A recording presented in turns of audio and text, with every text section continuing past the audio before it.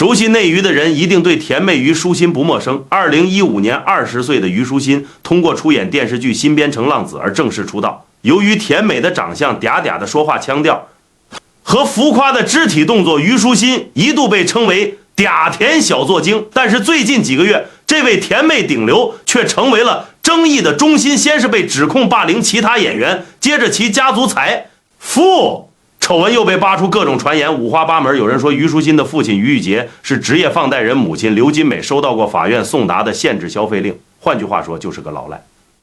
于舒心的爷爷于林耀就更不得了了，于家涉嫌官商勾结、非法占用国企资金15亿元传闻的源头，就是从他爷爷这里开始的一个明星塌房的瓜拨，即到了中国的政界商界，涉及多位地方官员，甚至还有落马的副国级领导人，这样的阵容可以说是史无前例的。于家背后隐藏着怎样错综复杂的关系？网于舒心为何会在最近这个时间点遭遇全方位的塌房呢？本期视频的内容可以说是越挖越有，我们来聊聊沪上千金于舒心和藏在于家背后的人。是张浩月，他就像那个盘丝洞里出来的那种蜘蛛精，就是我怎么样都能赢过他的呀，想揍他一把，揍他一把。我觉得反正我表现的比他好，你就打到我的那个下巴了，但我忍住了痛没有说出来。那你当时不说，现在采访的时候说出来，他就想留在采访的时候说。不知何时起，很多网友都习惯称呼于舒心为沪上千金，或许是因为有公开资料显示于舒心是1995年12月18日在上海出生的。不过这个说法倒也并不完全准确，毕竟他父亲于丕杰和母亲刘金美都是江西新余人，硬要说的话应该叫她一声新余公主。我本身就是上海人嘛，我觉得比上海我肯定就是超过她呀。你上海弄堂里，那你也说了，我也是上海弄堂的。上海弄堂后来好多移民来了，我没讲下去。于家从于舒心的爷爷于林耀起就在江西生活多年，网上有资料显示于林耀曾经担任过国企新余钢铁有限责任公司第2开批厂工会主席、高级正工师，但也有资料称他的职务其实是新余钢铁厂生活服务公司的工会主席。但不管怎么讲，他在新余钢铁厂工会工作了近30年的事实应该是错不了的。1999年7月，于定耀以副处级以上干部的身份退休而愈。舒心的姑姑于俏倩则长期在新余钢铁厂负责保密工作。虽然说爷爷是国企领导，但于舒心小时候于家距离网传的豪门还是相差了不止1星半点。父母从小对于舒心的金钱消费观把控的都比较严格，上小学时拥有一部属于自己的手机，对于于舒心而言都是一种奢望。为了赚取零花钱，他甚至不得不批发本子到学校卖给同学。到了初中，于舒心发现自己身边的很多同学都买了名牌包包，他也想要。但当他把自己的这个想法告诉母亲后，却遭到了母亲的一顿迎头臭骂。因为父母工作很忙，于舒心一直都是住校读书，周末回家坐的都是公交车。因为父母灌输给他的金钱观，让他一直认为叫出租车都是一件非常奢侈的事情。在于舒心的童年记忆里，包括爷爷在内，其家人们的日常饮食也都非常的普通。也就是说，于舒心小时候于家的经济条件只能算得上是比上不足，比下有余。而于舒心第一次发现自己家好像还挺有钱的时间点，是在他上高中时，在接受人物采访时，于舒心说高中搬家了后才发现我家可以这么大。根据年龄推算，于舒心读高中的时间大约是在2010年到2013年前后。那么在这段时间里究竟发生了什么？为什么会突然之间变得很有钱了？这个我们先留个悬念，稍后大家就会明白了。童年时于舒心就意识到自己有进入演艺圈的天赋，据其自述，因为从小就长得很好看，表演欲还特别强，所以从小到大身边人对他说的最多的一句话就是欣欣啊，你不去演戏真是可惜了。他自己也是这么觉得的。5年20岁的于舒心去探班当演员的朋友，在看过了剧组拍摄现场之后，他觉得当演员也不过如此嘛，于是当场便决定自己也要加入这个圈子。没过多久，他的微信列表里就出现了不少导演的联系方式。当年7月，于舒心如愿拿到了他演艺生涯的第一个角色，新编程浪子里的配角青蛇2016年，虞书欣参加了综艺1年级毕业季，不过并没有掀起太大的水花。直到2020年，混迹娱乐圈多年的虞书欣在参加《青春有你2》的时候，突然之间就火了。不过她的走红跟她的唱跳才艺无关，而是因为这样一个表情包。虽然说资质平庸，才能一般，但笨鸟先飞的虞书欣愿意自费请来声乐老师帮助自己提升水平。当团队成员发生冲突时，他也会主动跳出来调解矛盾。久而久之，他在屏幕前立下了一个十分讨喜的人设，当时人们都称呼这个高能靓女孩为小太阳。最终虞书欣在《青春有你2》总决赛中拿到了排名第2的好成绩，但诡异的是，自始至终虞书欣连一段出圈的舞蹈都没有。最让人印象深刻的就是那个表情包节目播出之后不久，关于虞书欣带资进组黑箱操作的传闻开始在网上发酵，虞书欣的路人口碑也在这个时候首度迎来反转，元气满满的小太阳一下子就变成了自带黑幕的小作精带资进组的黑幕，究竟存不存在我们不得而知，但带一进组的事实确实早就实锤过了。在庆你2的首次登场中，虞书欣就穿着价值1500美金的连身裙，手提价值超过20万人民币的名牌包，此后每次出场也都是全身名牌。而之前在拍摄我的奇妙男友2的时候，他为自己足足准备了109套穿搭。在参演2个人的小森林时，虞书欣更是备了足足300套衣服去剧组报道。2022年，随着古装奇幻剧《苍兰诀》的热播，虞书欣从此一飞冲天。剧中外表看似娇憨而内心坚韧的小兰花吸粉无数，而在剧外其扮演者虞书欣也凭借着向外输出各种拒绝内耗的清醒宣言，告诉大家如何学会平屏蔽、恶评锻炼钝感力，逐渐成长为粉丝们口中的内核稳定的大女主。不少90后和00后女性都将虞书欣视为是互联网嘴替，一时之间虞书欣风评扭转，路人缘也越来越好。后来在参加一档脱口秀节目时，虞书欣对自己的人生经历是这么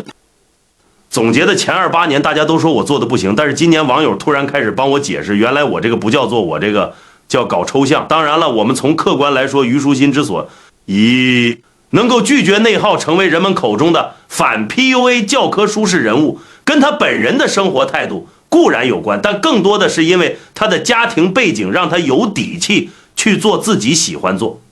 的是。跟很多别无退路的内娱艺人相比，虞书欣就算在圈内混不下去，也绝对不用担心自己的生计和未来。如果当年没有参加《青你2》的话，他也许早就拿着父母给他的钱去做生意了。因为之前我如果没有参加《青春有你》的话，我可能就会去做生意了。可真的吗？真的，我都已经和很多公司都已经谈好。那个时候想做什么生意？服装生意啊，我最喜欢穿搭了。2025年是虞书欣出道的第10年，经过这10年的沉淀，虞书欣成长为了内娱95花顶流之一，一时之间风头无两。不过虞书欣在最近几个月的日子却并不好过，有数据显示她的抖音账号2个月内掉粉202万单日，最高掉粉超过了10万。而说到虞书欣粉丝大量流失的主要原因，大致可以分为2类，其一是娱乐圈内的霸凌争议问题，其二是娱乐圈外的家族财务问题。先说圈内吧。2025年9月，因为虞书欣在她还未上线的新剧《灿若繁星》里饰演了有被霸凌经历的女主角演员张皓月，得知消息之后愤而发文炮轰虞书欣，说霸凌者居然可以饰演被霸凌的公共作品吗？文中他详细讲述了自己在2016年的综艺1年级毕业季里，在遭受过虞书欣的软霸凌后，不仅事业生活全面坍塌，还因此患上了抑郁症躯体化，甚至到了必须服用大量药物才能让症状得到缓解的地步。而更让人细思极恐的是，在他发生之后，又有自称遭到过虞书欣霸凌的网友向他投稿。在这档节目中，我们确实可以找到不少体现虞书欣和张皓月不和的片段，比如说虞书欣曾经在采访里给张皓月起过一个蜘蛛精的绰号，张皓月她就像那个盘丝洞里出来的那种蜘蛛精，她今天那种打扮就是我怎么样都能赢过她的呀。再比如因为不满张皓月跟节目中自己所欣赏的男生赵志伟的互动，虞书欣还曾经直言不讳地讲到说，张皓月一边跟我说要做好朋友，一边又黏着班长，我真的要气死了，想揍他一巴掌，一边说什么跟我做好朋友，一边又黏着班长，我真的要气死，想揍他一把，揍他一把。更离谱的是，被虞书欣欣赏的赵志伟下场也同样令人唏嘘。镜头前，虞书欣跟赵志伟的关系一路发展的非常暧昧。节目中，他还询问爷爷于林耀的看法，说赵志伟当她老公怎么样。所以后来当赵志伟官宣自己的正牌女友的时候，他就开始被虞书欣的粉丝全网追骂，说他是个出轨的渣男。尽管赵志伟后来多次解释此事，但收效甚微。而对于张浩月的爆料，有是力挺他的，认为他揭露了综艺黑幕和职场霸凌为长期遭受不公的人发生，但也有不少人认为综艺都是有剧本的，不能当真。张浩月明显是在蹭热度卖惨。而在节目之外，虞书欣其实也做过不少得罪人的事，比如说2022年8月曾与虞书欣一同出演过《苍兰诀》的男主角王鹤棣和虞书欣一同接受采访时，虞书欣突然说自己在拍戏的时候被王鹤棣打到过。王鹤棣听了之后是一脸震惊，不由得问了一句：你当时为什么不说？为什么故意在采访的时候才说出来？这段视频播出之后，不少网友都质疑虞书欣这是在镜头面前故意给同事挖坑，你就打到我的那个下巴了。但我忍住了，痛没有说出来。真的假的呀？哇哇，那你当时不说，现在采访的时候说出来啊？对，就是要留在采访的时候说。哇，随着网上关于虞书欣的黑料越挖越多，最近因为新剧许我耀眼而热度颇高的赵露思在直播中也2次隐晦地提到了虞书欣，一次是暗指虞书欣团队在高速公路上违规倒车，一次是暗讽虞书欣与接替。其品牌代言未果这些直播片段一经剪辑传播，又再次激起了双方粉丝堪比英法100年战争的骂战。不过网上也不是没有挺虞派的青年导演戴梦颖就是其中之一。在他眼中，虞书欣不但是一个非常认真负责的演员，而且是一个很值得深交的朋友。他的原话是，他真的很好，真的很讲义气，没有一点耍大牌。后来他已经很火了，然后我有戏找他，大家聊创作，依旧聊得很开心，不会有咖位的问题。在国产综艺中，餐厅八中林大厨也曾被不少网友怀疑遭到虞书欣的隐形霸凌，具体原因请看视频。都很，他们都完全都不知道我们是艺人，对你是 superstar， 你哈哈哈，他呢都是厨师吧？我厨师，你是哈哈，我不说。连哈哈，你说出来行不行？你别这样，我好想知道。不过林大厨后来在直播中对此事进行了澄清，明确表示两个人的关系一直都还不错。他还别提到说虞书欣为了照顾他的心情撒过一个很有情绪价值的谎。而在镜头之外，虞书欣后来还带着自己的爷爷专程到林大厨的餐厅里一起吃过饭。所以直到今天，虞书欣究竟是习惯了言语霸凌他人的惯犯，是内娱版的朴槿惠，还是原本他就是性格使然，从小因为娇生惯养，所以才会经常口不择言而不自知？这一点网上到现在依旧是众说纷纭。毕竟所谓的内核稳定、钝感力真、性情跟说话，不过脑子没教养、低情商，往往只有一线之隔。所以就看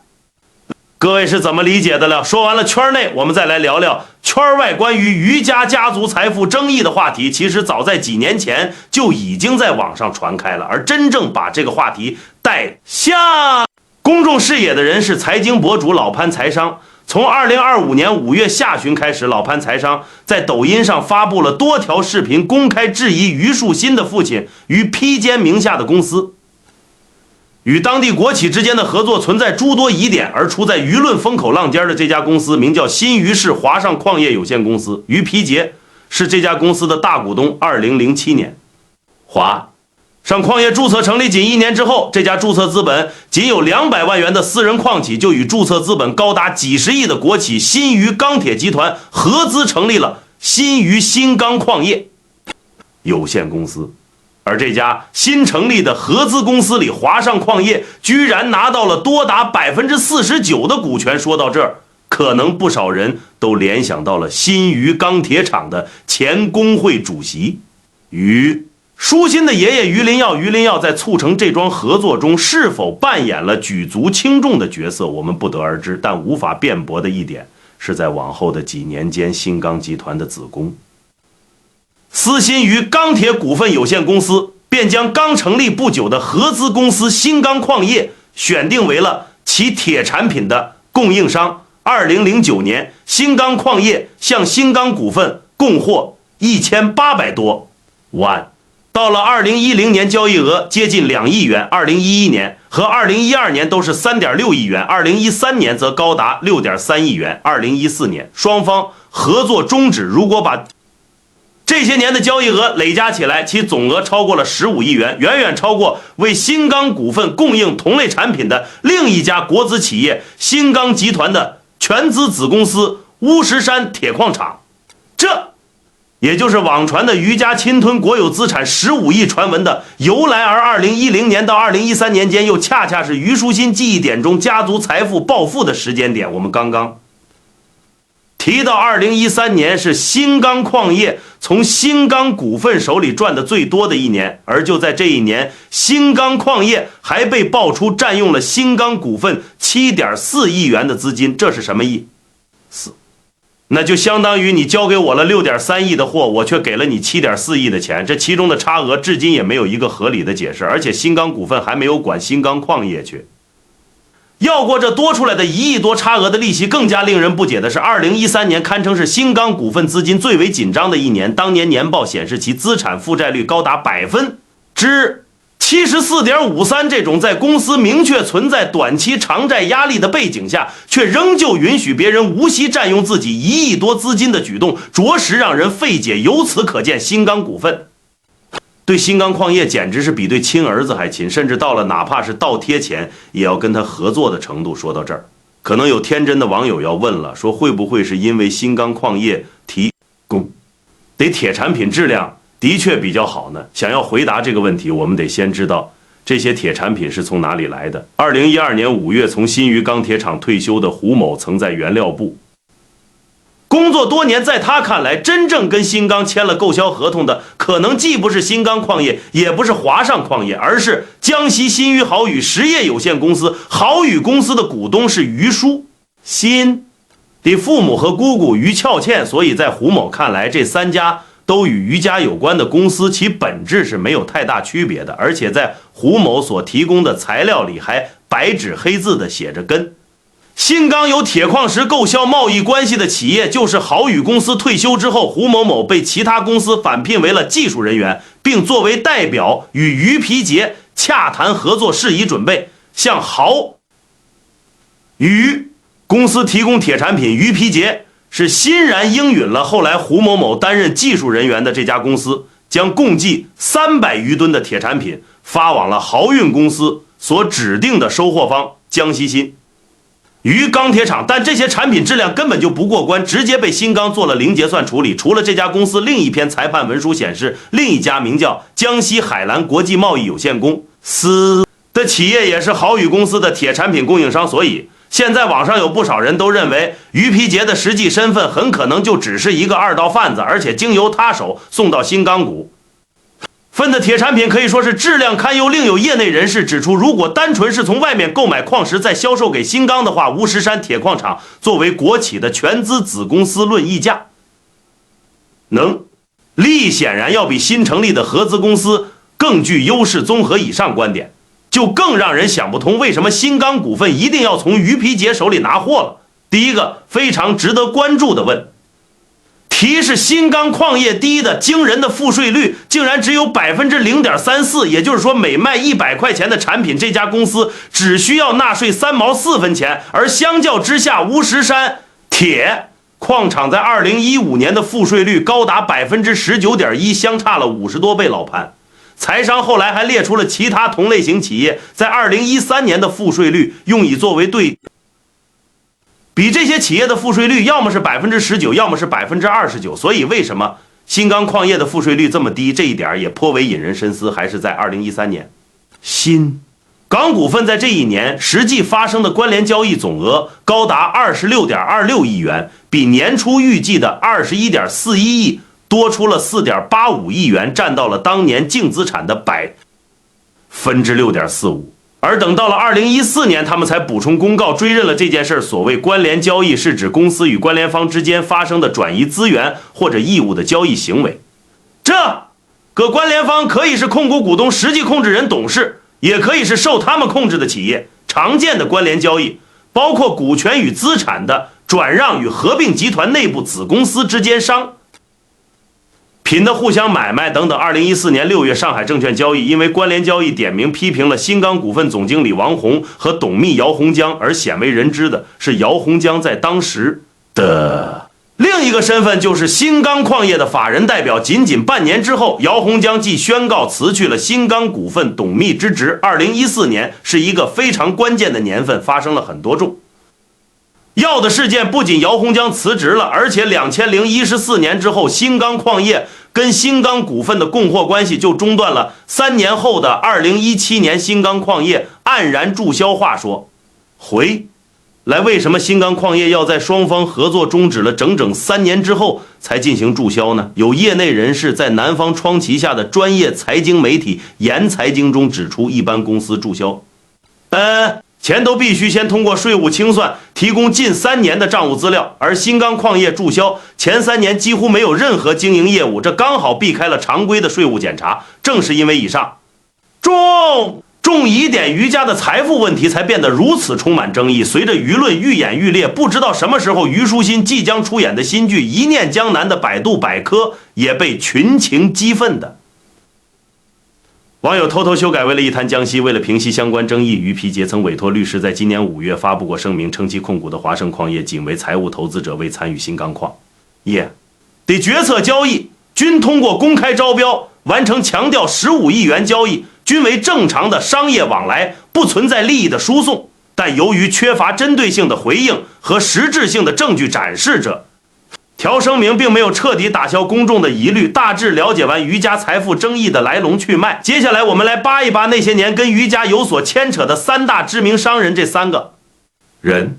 分别是傅敏、方威和邓凯元。先来说说傅敏。于皮杰的华上矿业公司里，傅敏的身份是监事，而在傅敏的新于氏中创矿业有限公司里，也同样留有于皮杰的痕迹。2个人可以说是关系匪浅。而说到傅敏和他的中创矿业，接下来的故事就有的聊了。2004年到2005年期间，当时的中创矿业实际控制人傅敏通过他人介绍结识了时任新余市委副书记周建华。此后数年间，周建华利用职务之便应付敏的请托，为中创矿业毁林案与当地村民纠纷、按傅敏亲戚工作调动等事情，先后7次向相关部门的负责人打招呼。而为了答谢周建华的特别照顾，并希望继续得到对方的关照，傅敏先后5次共计送给了周建华人民币770万元。虽然说靠上了周建华这棵大树，但是因为当地人频频闹事，中创矿业的经营状况一直都不是非常景气。无奈之夏，傅敏又找到了在当地政府人脉深厚的本地人邓某，请邓某出面帮忙。果不其然，在邓某的协调之下，政府立马就对闹事者进行了处理。播到了2010年11月，长期处于停产状态的中创矿业还是难以为继，最终被方大集团收购。而这就要引出于家背后的第2个知名商人方威了。方威正是方大集团的掌门人。不得不说，这个邓某的确是神通广大。方大集团掌门人方威在准备收购中创矿业之前，都没有提前跟傅敏沟通，而是直接找到了邓某进行洽谈，并最终在邓某的协助下完成了此次收购。那么傅敏有拒绝收购的余地吗？只怕是没有，因为当地政府明确地告诉了傅敏，对待方威的收购要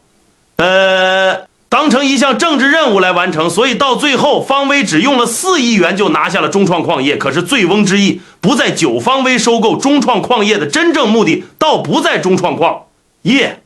本身，他真正想要做的是整合整个江西的钢铁产业。当时的方威可以说是春风得意，拿下了南昌钢铁后不久，方大集团的触手便开始伸向了全国民。营企业50强的江西平钢实业股份有限公司，一开始平钢公司的法人代表涂建民并不情愿就这么将平钢公司拱手让人，可是没有想到方威竟然直接给出了狠话，你卖也得卖，不卖也得卖，就在方威撂下了这句话后不久，就有相关部门开始调查涂建民在经营平钢公司过程中是否存在着一些归行为重压之下，涂建民只得向方威服软，表示自己愿意把平钢公司交出来。而值得一提的是，方威在当年收购平钢公司的时候，甚至没有投入一点儿金白银，而是用他之前收购的中创矿业来作价入股1000余篇幅，这里就不展开说了。那几年的方大集团在资本市场是频繁大显身手，屡屡收购陷入困。敬的国企方威、国企猎人的威名不胫而走，有知情人士向中国经济周刊表示，方威之所以能够在江西横行无忌，其背后是有神秘力量的助推的，而这力量的源头正是当时的江西省委书记苏荣。自宋荣2007年来到江西之后，卖官夫爵的贪腐之风便大行其道，催生了一大批政治掮客和黑顶商人。早在苏荣赴任江西之前，跟他就有接触的方威只是其中之一，而在这几年里，靠着跟苏荣的关系，在江西政商两界一步登天的商人还有很多。就比如说邓凯元，原名邓波，1963年生人，原本只是新余钢铁厂的一名普通工人。根据周建华的透露，此人曾在文革期间跟台湾联系，后来因为特务罪被判入狱7年，从号子里面出来之后，他便改名为邓凯元，后来又跑到了上海，成了上海赣商会的会长。邓凯元重返江西的契机始于2010年上海世博会当年7月3日，在世博会江西馆开幕前不久时，任江西省委书记苏荣还有后来的江西省副省长姚木根跟邓凯元见了面。当时江西抚州刚刚发生了决堤事件，邓凯元便向老家的领导们提出自己愿意向江西灾区捐款500万元。苏荣听后可以说是喜笑颜开，当即对身边的干部就暗示说，应该让这样有责任感的企业家回到江西老家来发展。没过多久，邓凯元便重返江西。当年的11月5日，邓凯元执掌的赣商联合股份有限公司就以9.8亿元的价格从江西省国资委手中拿到了江西省电子集团100%的股权，从而间接持有了上市公司联创光电20.41%的股权资。那时开始，邓凯元就成了联创光电的实际控制人。此项交易发生后，当即引来了社会各界的广泛质疑，因为当时邓凯元接手的联创光电7569.21万股股票的市值就已经超出了10亿元，而这还不包括江西省电子集团的其他相关资产的价值。当时就有业内人士意有所指的评价，说邓凯元之所以能够中标，与他在江西的背景和人脉不无关系。无巧不成书的是，邓凯元成为联创光电实际控制人的时间点是在2010年的11月而方威通过联系邓某收购中创矿业的时间也是在同一个月。会不会这个在当地政府人脉深厚的本地人邓某就是邓凯元呢？当然了，这也只是我的个人猜测而已，并没有资料证实。这一点书归正传，自2011年之后，邓凯元跟苏荣的关系就变得更加紧密了。这一年的上半年，恰逢苏荣的妻子上海去做手术，而在上海滩经营了多年的邓凯元自然没有放过这个机会，术前术后可以说是照顾的无微不至。至此之后，邓凯元就成了江西官场制首。可热的大红人想着巴结他的地方官员也是越来越多，新余市委书记李安泽就是其中之一。为了讨好苏荣夫妇，李安泽将重建新余市一条双向8车道项目中的3个标段交给了苏荣的左右手邓凯元。承建根据周建华的举报材料，邓凯元以垫资的方式承包下了这段公路的修建，但他本人资金不足，便转手把这3个标段的承建业务以3600万元的价格卖给了新余市的一个外号叫赖子的人。赖子也没钱，于是他就把工程包给了非专业的工队去做，其质量可想而知。不过在李安泽眼中，百姓的路究竟修成什么样他都无所谓，关键在于他从此打通了自己的升官之路。据说当年李安泽升为市委书记后不久，他就跟苏荣夫妇明目张胆地跑到酒店里去吃饭庆祝，而将他们串联起来的中间人邓凯元当然也出席了这场饭局。说了这么多，朋友可能要问了，邓凯元在江西拥有多大的政治能量，又干瑜伽何事呢？小吴，你是不是这一大段都跑题了，并不是关于邓凯元跟瑜伽之间的关系？我们可能需要翻开邓凯元的履历才能发现其中的端倪了。如图所示，在1983年7月至1990年12月期间，此人在新余钢铁有限责任公司工作，担任过宣传干事处长。也就是说，邓凯元在不到27岁的年纪就已经混到了处长一职，这一信息如今看来真是到了让人惊掉下巴的程度呀。从新余钢铁厂离职之后，他开始担任新余市实业发展总公司的总经理，直到1997年才离开新余，跑到上海去开公司。从时间线上我们不难看出，邓凯元跟于林耀同样作为新余钢铁厂的领导，至少共事了7年半的时间。而更巧的是，离开新余钢铁厂之后的邓家和于家都去了上海若干年之后，机缘巧合之下，他们又都回到了新余，还都跟当地国企的矿业生意有关。又过了几年，邓凯元又回到了上海，到后来他在上海抄倒卖原始股的时候，又带上了老同事的儿子，年纪仅比他小3岁的同辈人于皮杰。在展开聊上海超导的故事之前，我们先要集中回答一下之前提到的那些问题。2014年究竟发生了什么大事？为什么新钢矿业与新钢股份如火如荼的合作会在这一年戛然而止？新钢矿业的法人新钢股份的董事会秘书姚洪江为什么会在这一年引咎辞职？这一切问题的答案都是因为江西官场在这一年发生了大地震，以苏荣为首的一大批重量级的官员相继落马。起初是2012年，原江西省新余市委副书记、市人大常委会主任周建华被双规。周建华为了减刑举报了苏荣等一大批官员。当时苏荣是江西省委书记，第12届全国政协副主席，第16届、17届中央委员，属于是副国级的干部。除了他和我们之前提到的李安泽比较有代表性的落马官员，还有原江西省副省长姚木根。据中国经营报的报道，姚木根的房产及股票等资产多以其妻子易安平的名义持有，而易安平在2012年成了由邓凯元实际控制的联创光电的10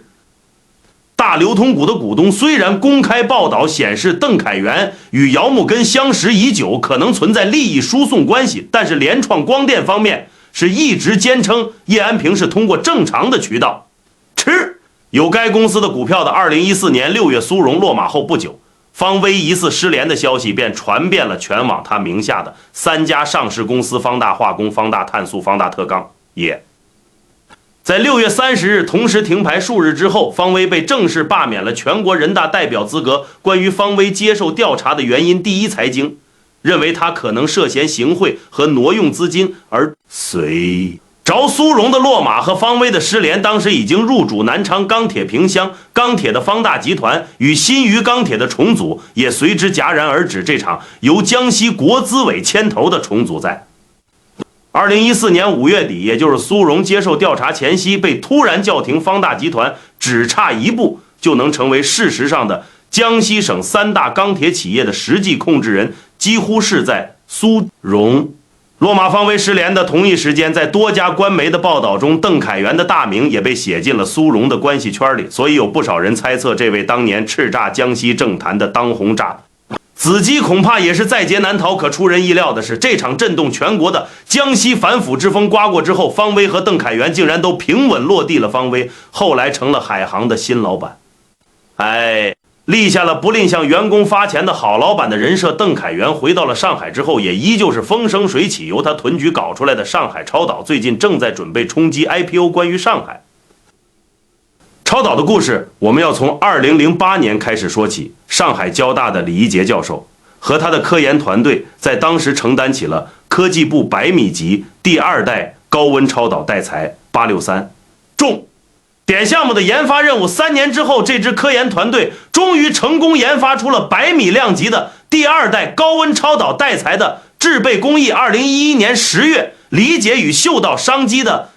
邓凯元担任法人的凯天实业等诸多股东共同出资，成立了上海超导。2014年，宁波三星等多家企业对上海超导进行了增资，而在宁波三星的合伙人名单中也出现了不少跟邓凯元有着千丝万缕联系的名字，比如说宁波三星的第一大合伙人名叫邓涵隐，第二大合伙人名叫邓冰，邓涵隐、邓冰、邓。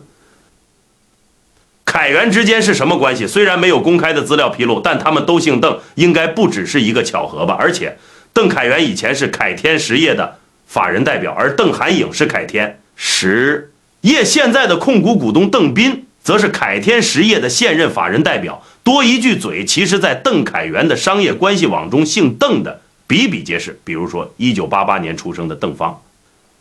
俊早在2015年就当上了联创光电的副总裁，而1989年生人的邓佑轩就更不得了了。他不仅是凯天实业的小股东，还是上海超导的董事委。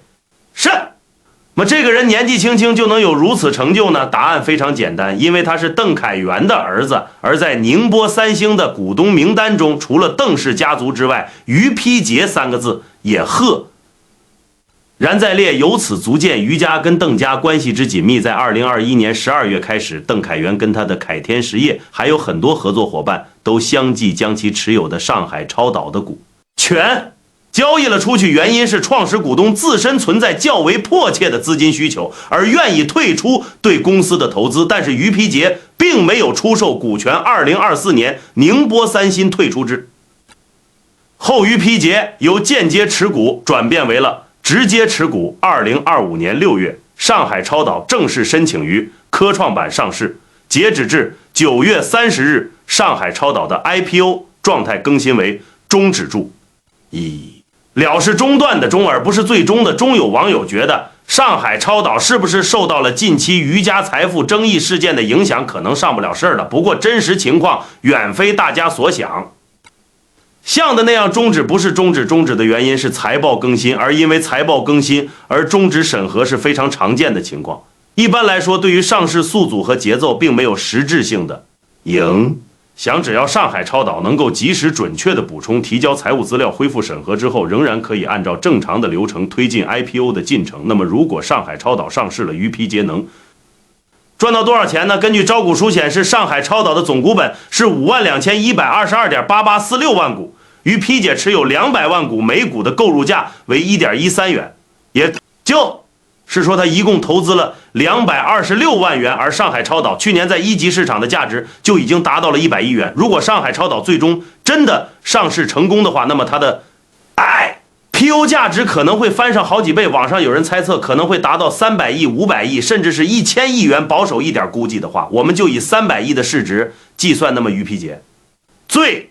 终能够通过这226万元的投资套现将近1.15亿元。不过既然是投资的话，自然就有人赚有人亏。投资上海超导有人亏吗？还真有这个冤。大头就是我们刚才提到的老熟人新钢股份了。2012年，新钢股份投资了5000万，从邓凯元的凯天实业手中买下了1000万股，价格是5块钱每股，比于丕杰在2014年投资上海超导的股价足足高了4倍有余。而一般来讲，企业有钱搞长线投资，说明是家有余粮的，可事实却是2012年的新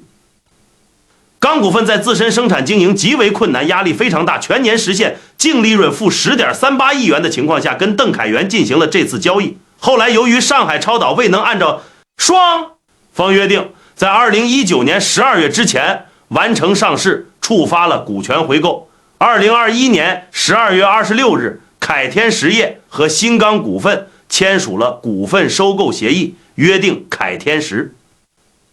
业在2022年内支付新钢股份5000万元，用以购买其持有的全部股份。可招股书显示，截止到了2022年年末，凯天实业却仅向新钢股份支付了2100万元，那么剩下的这2900万难道就不要了吗？当然不能。2024年10月9日，新钢股份将其持有的1000万股转让给了上海，能每股作价3.08元，一共捞回了3080万。这3080万加上凯天实业还给他们的2100万，合计就是5180万。也就是说，新钢股份5000万的本金让邓凯元占用了10多年，到头来才一共赚了180万，换算下来，其投资回报率还远远不如银行利息来的划算。如果我们再烧为较真一点，新钢股份赚得的这点利息，甚至都没有跑过同期的通货膨胀。你说这算不算是一笔亏本投资呢？更加让人耐人寻味的是，就在新钢股份卖出上海超导股权的1个月后的2024年10月28日，上海超导就宣告申请了辅导备案计划，在 A 股市场首次公开发行股票并上市。钱不是万能。但没钱是万万不能的。于皮杰一定对这句话特别有感触。有了钱，他可以搞投资，让钱生钱，比如说购买上海超导的原始股。当然了，赚钱的方法有很多种，除了用来投资，还可以拿去放贷，甚至是高利贷。根据一则民事判决书显示，在2012年至2013年期间，有人曾经向于皮杰借款3780万元，双方约定的利息为月息3.5分，也就是说年利息高达42%。后来因为追讨不回，于皮杰将其告上了法庭。这是一起发生在2013年的案件，说明那个时候于家拿出来3000万就已经是轻轻松松的。不过这3780万借款还不是重点，重点是于皮杰向法院提供了一则协议书，协议书上写道，截止至2015年5月31日，对方拖欠他的借款本息为7000万元，借了不到4000万，3年之后就得还7000万。这种放贷行为真的是符合法律的规定吗？江西省信宜市中级人民法院认为其行为违反了最高人民法院关于审理民间借贷案件适用法律若干问题的规定，最终3000多万的利息被法院砍了5折。而根据2002年发布的关于取缔地下钱庄以及打击高利贷行为的通知，民间个人借贷利率由借贷双方协商确定，但双方协商的利率不得超过中国人民银行公布的金融机构同期同档次贷款利率的4倍，超过上述标准的应该界定为高利贷行为。而根据人民银行发布的统计数据，当时金融机构贷款的利率普遍在6%到6.56%的范围内波动，按照这个标准的4倍民间个人借贷利率，最高也不应该超过26.24%，这跟于皮杰和借款人所约定的42%可以说是相去甚远。根据这些数据，不少网友推断于皮鞋的这种放贷行为很可能是属于高利贷。而关于这场诉讼还有一个小插曲，网上有观点认为，于佩杰之所以要把这个案子上书到新余中院，是因为于佩杰的商业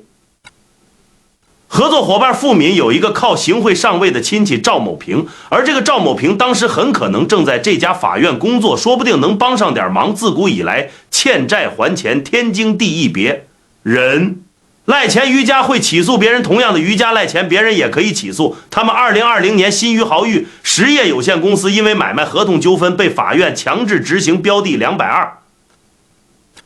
万余元，申请执行人就是当年向他们供货的江西南海国际贸易有限公司。原来当年蓝海国际向豪裕公司提供铁产品之后，豪裕公司就一直拖欠200多万的货款，拖了7、8年，一直都没有偿还。2020年5月，于淑欣的母亲刘金美收到了南昌市东湖区人民法院的限制消费令。说起来，在这则裁判文书中，我们还发现了一个非常有意思的细节，那就是蓝海国际卖给豪裕公司的铁产品，其实也是转手通过别的公司购买的。这家公司名叫新余市江南耐磨材料有限公司。而根据这家公司跟蓝海国际签署的合作协议，原来这家公司提供给蓝海国际的铁产品也是从其他公司手里买的。这么说来，我们之前管于皮杰叫二道贩子，那还真的算是客气了。2020年12月，于淑欣工作室曾经发布声明回应说，由于公司相关事件涉及内外勾结的诈骗行为，于淑欣的家人是属于间接受害人。虽然说于淑欣工作室给出了解释，不过网友们并不买账，反正赖二代这个恶名是从此赖上他了。2021年1月12日，中南财经政法大学的一个学生在微博上吐槽了一句，说于淑欣这个老赖之女怎么又出现在我的首页了，没想到一句话引来了轩然，大波于淑欣的粉丝们纷纷艾特中南财经政法大学，要求管你家学生。还有激进的粉丝甚至把电话打进了教务处以及该同学实习的律师事务所。第二天，于淑欣工作室发表声明，就粉丝的不当行为公开道歉。但出人意料的是，在这条道歉微博的评论里，粉丝们却清一色的回应说，又不是你的错，其实不论是哪家的粉丝，总有一批狂热粉是认人不认理的。不过在最近一段时间，虞书欣的粉丝们想要见到他们的偶像可能就有点难了，因为网上最近冒出了一种论调，说虞书欣可能离封杀不远了。近几个月来，网传虞书欣遭到隐形封杀的流言可以说是甚嚣尘上。有细心的网友发现，央视网文的官博已经删除了许多条与虞书欣相关的贴文，相较之下，一向特立独行的央视六公主的站队意图就更加明显了。在虞书欣深陷霸凌风波的时候， CCTV6 播出了由张浩月主演的小众电影《6小时》。最近一段时间，虞书欣的部分代言品牌也纷纷都跟他划清了界限。2025年8月29日，自然堂取消了原定的虞书欣直播活动，从此优酸乳也在全平台删除了有关虞书欣的宣传内容。除此之外，虞书欣在2025年的多部待播剧也受到了不同程度的影响。原定于9月份开拍的《一念江南》至今都没有开机。至于预定将在2025年11月上线的虞书欣的新剧《双轨》，有媒体发布了，你会看这部剧的调查结果显示，超过80%的网友选择不会看。回过头来看，之所以在最近几个月里各路网友会集体抵制虞书欣的影片和代言其最主要的原因，倒不是因为虞书欣的演技水平和营业功底，而是因为他本人一直对这起风波是缄口不言，而虞家的种种回应也难以服众。第一个原因是在这片土地上生活的很多百姓都能对当年新余钢铁厂工作过的工人感同身受，对于他们的生活处境抱有共情。我们不知道当余披肩拿着3000多万放贷的时候，有多少乌石山铁矿厂的职工被迫内退，有多少新余当地的工人每个月拿到手的工资还不到3000块钱。在永业星河中，虞书欣饰演的角色名叫林瑜，与于林耀的名字颇为相近。林寻在剧中有一段台词，如今听起来倒是别有一番滋味。他说书里林寻的爹是个大贪官，这些都是民脂民膏难怪林寻那么自私阴险，上梁不正下梁歪。好家伙，锦衣玉食书里林玉的爹是个大贪官，这些都是民脂民膏，难怪林玉那么自私阴险，上梁不正下梁歪中堂。时期权贵横行，民不聊生，诗人白居易有感而发，写下了一首题为《轻肥》的五言律诗。诗中的最后4句将当朝权贵和底层民众截然不同的生活状态描绘得淋漓尽致。食饱心自若，酒酣气亦正，是岁江南汉衢州人食人。